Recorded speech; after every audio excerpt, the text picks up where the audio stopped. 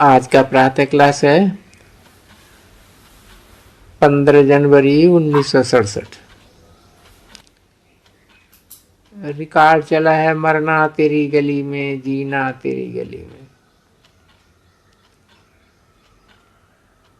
सिवाय तुम ब्राह्मण बच्चों के इस गीत का अर्थ कोई समझ नहीं सकते।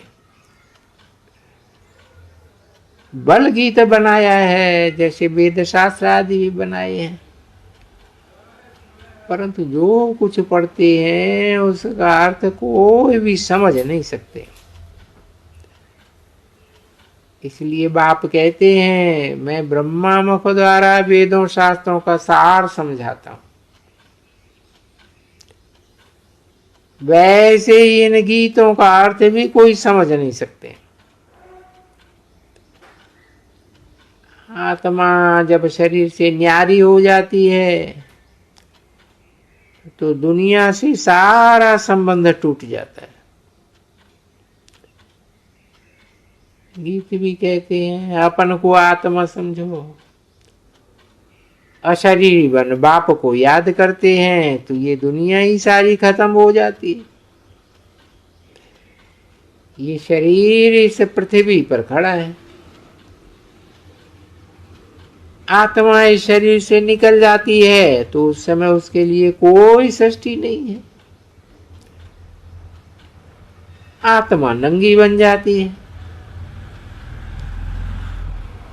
फिर जब शरीर में आती है तो सृष्टि पर है। इतना जरूर है, आत्माएं जो महत्त्व में रहती हैं यहां आती है शरीर में पार्ट बजाने, फिर शरीर छोड़ती हैं तो एक शरीर छोड़ दूसरे में जाकर प्रवेश करती है।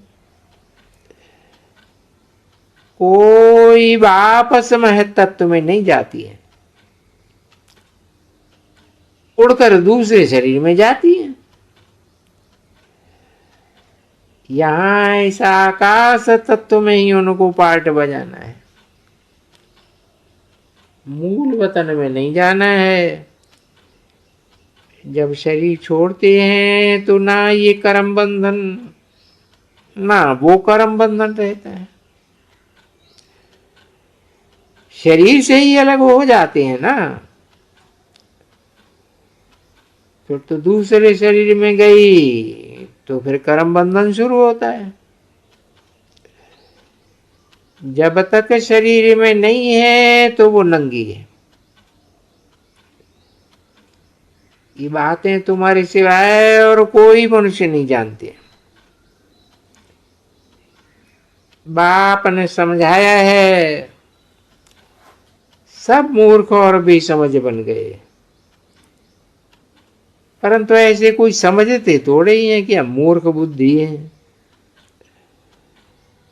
अपन को कितना अक्लमंद समझते हैं,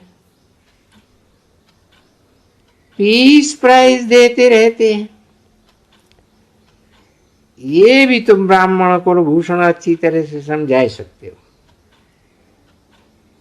वो तो जानते ही नहीं है कि पीस किसको कहा जाता है। कोई कोई तो महात्माओं के पास जाते हैं कि मन को शांति कैसे हो, ये फिर कहते हैं वर्ल्ड में शांति कैसे हो। ऐसे नहीं कहेंगे निराकारी दुनिया में शांति कैसे हो, वो तो है ही शांति धाम। हम आत्माएं शांति धाम निर्वाण धाम में रहती हैं, परंतु ये जो मन की शांति मांगते हैं वो जानते नहीं है कि शांति कैसे मिलेगी। शांति धाम तो अपना घर है, यहां शांति कैसे मिल सकती है। हाँ, सतयुग में सुख शांति संपत्ति सब कुछ है। जिस सतयुग की स्थापना बाप करते हैं,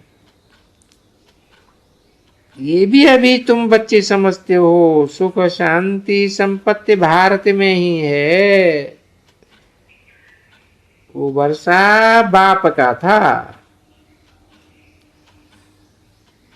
और ये दुख शांति कंगालपन ये वर्षा रावण का है। ये सब बातें बेहद का बाप बैठ समझाते।